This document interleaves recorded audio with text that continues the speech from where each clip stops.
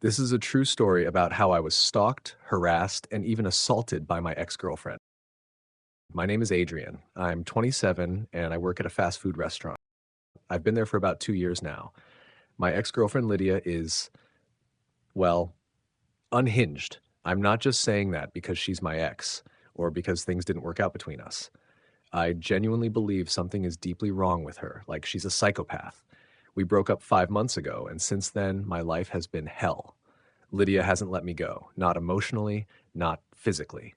She calls my phone incessantly, leaves cryptic messages in my mailbox, and has even keyed my car more than once. To make things worse, she's been spreading malicious lies about me to my friends and family.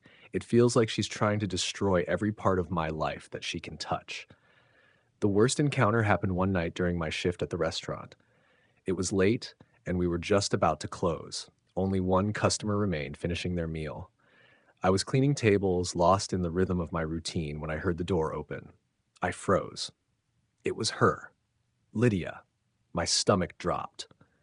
She strode in like she owned the place, her eyes zeroing in on me.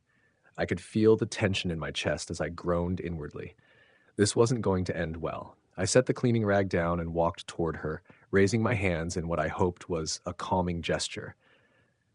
Lydia, now's not a good time, I said, trying to keep my voice steady. She sneered at me, her expression twisting into something cruel.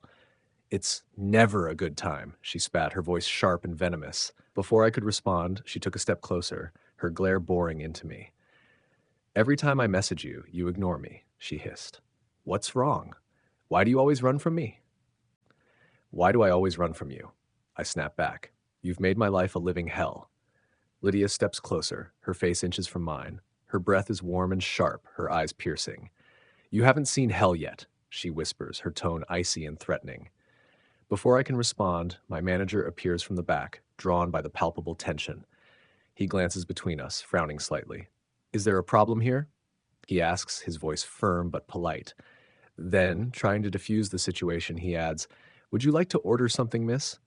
Lydia doesn't even look at him. She takes a slow step back, her eyes never leaving mine. This isn't over, Adrian, she says, her voice low and dripping with malice. Then she turns and walks out, disappearing into the darkness outside.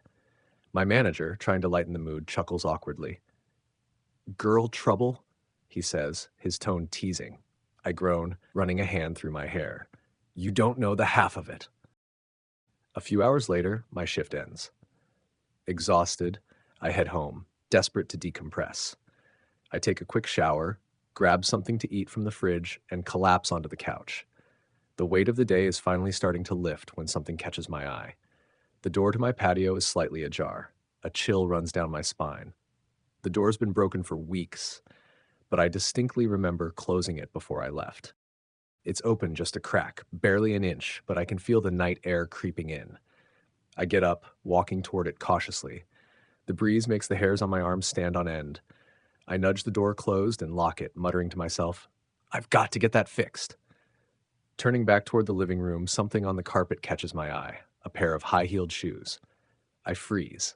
They're not mine. Heart pounding, I pick them up, staring at them in disbelief. Just then, I hear a faint clatter upstairs. Adrenaline surges through me. I grab the bat I keep by the couch and start up the stairs, my grip tightening with each step. As I turn the corner, I see her. Lydia. She's standing in the hallway, her head tilted, her lips curled into a chilling smile. What the hell are you doing here? I demand, my voice trembling with a mix of fear and rage. You're not going to ignore me anymore, Adrian, she says softly, her tone eerily calm. I won't let you ignore me.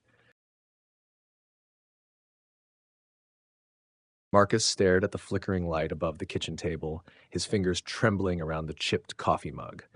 The room was silent except for the ticking of the clock, each second a reminder of how much of himself he'd lost. Are you even listening to me? Karen snapped, her voice sharp enough to cut glass. She leaned against the counter, arms crossed, her eyes narrowing as she glared at him. I heard you, Marcus stammered, though he hadn't caught half of what she said. He was too busy bracing for the next blow, words sharper than any weapon. Karen let out a cold laugh. Of course you didn't. You never listen. You're useless, Marcus. I don't even know why I bother. Her words seeped into his skin, deeper than any bruise could. She didn't yell often. It wasn't that kind of abuse. Instead, it was the constant erosion, the subtle digs, the passive-aggressive comments, the way she made him doubt his every move. He had stopped painting months ago.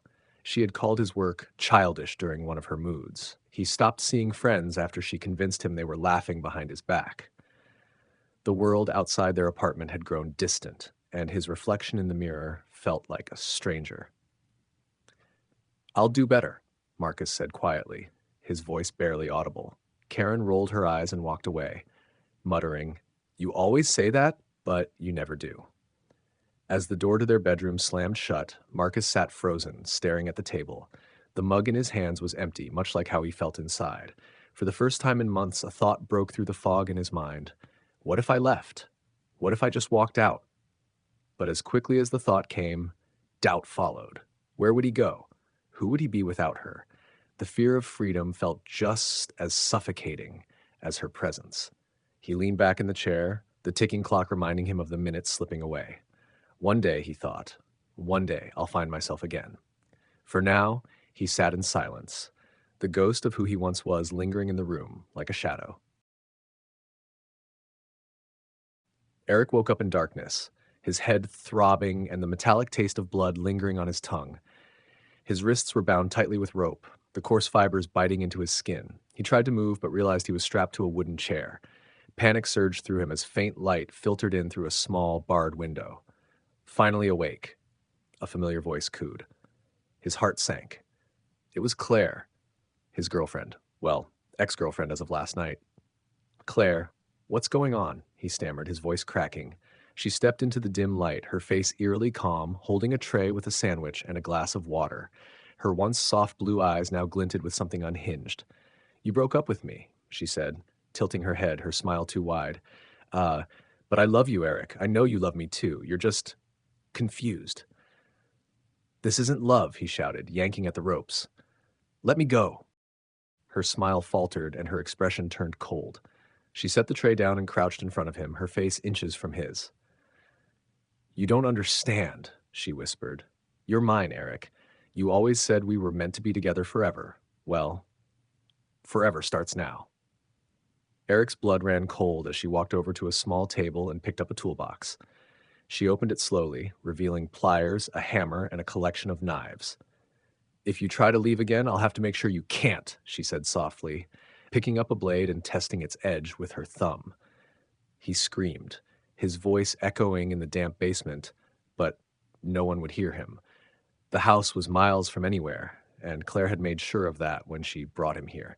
As she stepped closer, her smile returned, but it wasn't warm or loving. It was the smile of someone who'd already decided that Eric would never leave, alive or dead. I hope you enjoyed this short story. If you did, please consider leaving a like, sharing your thoughts in the comments, and subscribing for more stories.